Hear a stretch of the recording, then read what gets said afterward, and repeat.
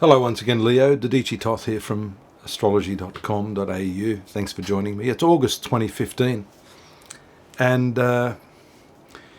power is not dominance. Power in a sense is control, self-control. You have the opportunity now over the next month or so to really exert your dominance over someone or a situation. And you'll win, but that doesn't necessarily mean you're going to come out of that unscathed. I guess it's like tyrannical leaders. They can dominate a country, they can exterminate a whole lot of people, but in the end, the people fear them, but they don't necessarily respect them. I think this is important to mention all this stuff because you've got 4 planets in the sign of Leo right now, your sun sign.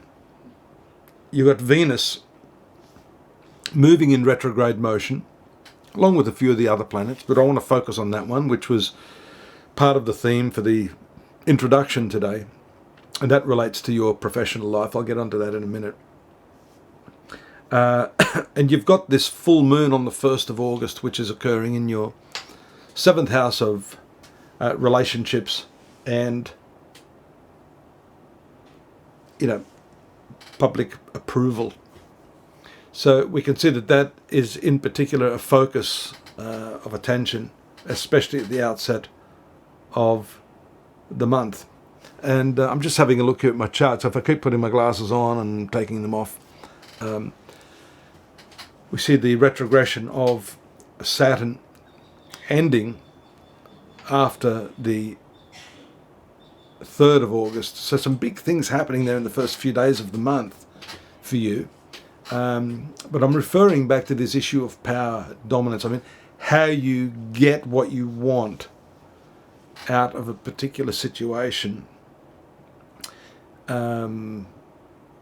is the theme for you, and how you go about that is really the lesson.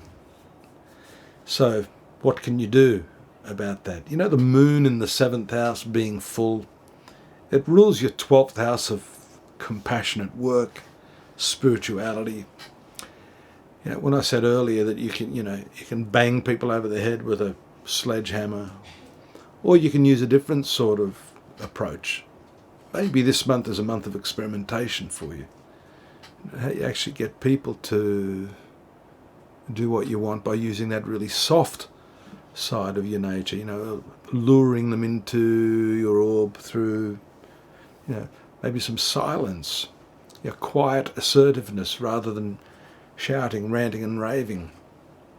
It's worth consideration given the very, very powerful combination of planets in the sign you were born under. You have the sun there as well, which is the ruling planet for Leo. So naturally this is a peak period for you in terms of your yearly cycle, and Mercury too, around the date of the 8th actually moves, and you're going to have a few of these movements, these transits out of the sun sign of Leo into the sign of Virgo, which is your finance. So this first part of the month, up to, let's just say up till the 8th and 9th, the spotlight there is on yourself, because this first house, or the sign of Leo, your sun sign, dominates with the transits being there. Then we see a shift on the 8th. Firstly, the movement of Mercury, the finance planet for you. Actually a double finance planet ruling the 2nd sign of Virgo and the 11th sign of Gemini. Both of these are finance sectors, bringing with it some really, really good opportunities for you.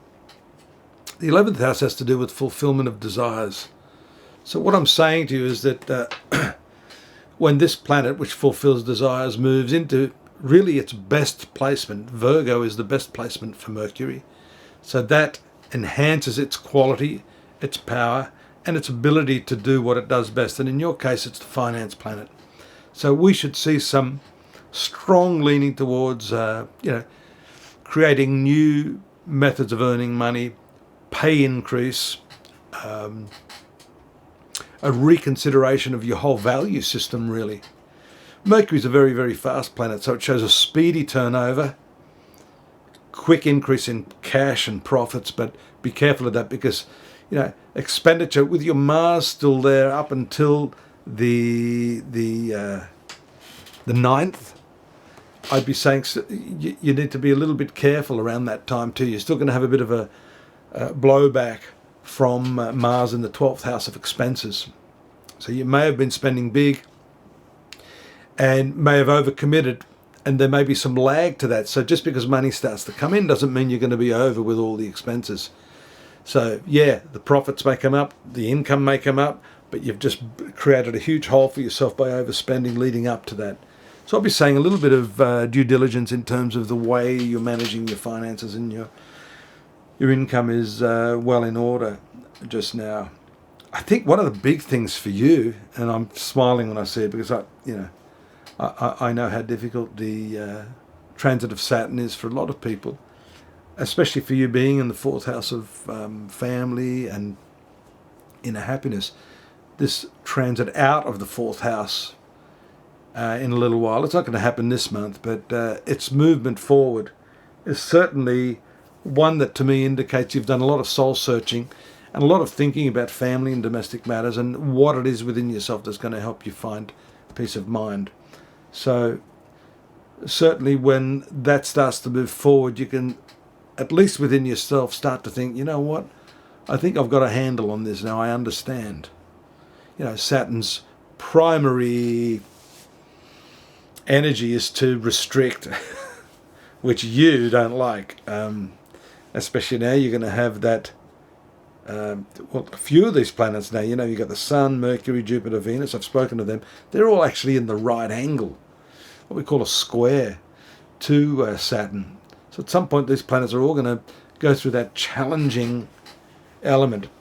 And it could just be that some of these restraining methods I'm talking about are not going to sit well with you. But trust me, as difficult as it is, Saturn will really bless you if you're able to see this through and not retaliate, not use your power in a threatening or dominant way.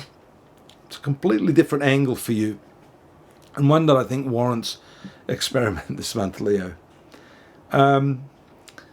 I mentioned the new moon. That takes place on the 14th. And that, again, happens in your sun sign this month. So this is an important month for those of you born under the sign of Leo. It is pertinent because it tells us of your desire to change things within yourself. This persona, the way people see you, is the primary function of the 1st house, or this sun sign. If we're looking at your horoscope with the sun sign of Leo being what we consider the 1st house, this is the representation of who you are, your basic drive, and how people see you. So having that new moon there after the 14th is telling us that you're really, along with Saturn in that 4th house, reappraising and looking at who you are, how you are functioning in the group, within the family context.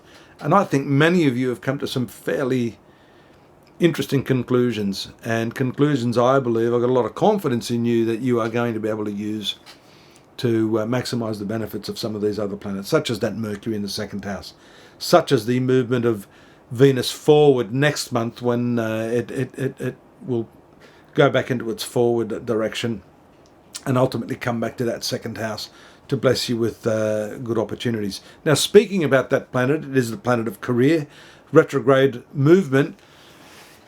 For you, this is not the best planet. It is ruling the 10th house. It neutralizes to some extent its angular ownership.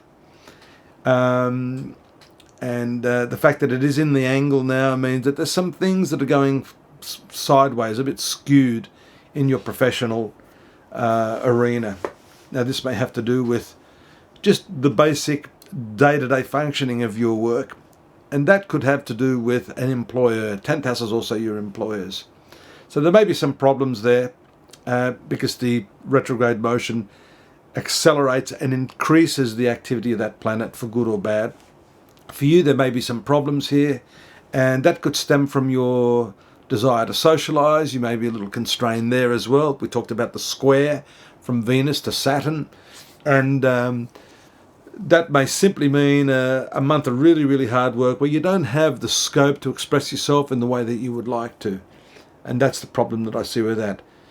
Just remember, coming out of this reading that I'm giving you, that these transits all pass. The slower ones like Saturn are a little more difficult to deal with. So Venus is a faster moving planet. Yeah, it's a bit of an inconvenience. It causes problems. But its association with Jupiter right now is, in a sense, lucky. So I don't see this as a major hurdle for you. It's just something you need to adjust to and deal with. Mercury will also move towards the end of the month on the 28th into the sign of Libra. This is the third house of your horoscope. It comes in contact ultimately with the North Node or the karmic planet. So this is important for travels, journeys. There might be some activity at the very end of the month, maybe some short journeys associated with your business, profitability and friends. So that's your month in focus. There's more at the website. I hope you'll join me there, astrology.com.au. We've got the textual analysis of the, every few days the transits, and so you can read up on that to fill in the gaps that I haven't given you right here. I haven't mentioned every single detail of what's going on. I'd be here forever. And I do hope you have a good month till I see you next. Here, same time, same channel. Thanks. Bye-bye for now.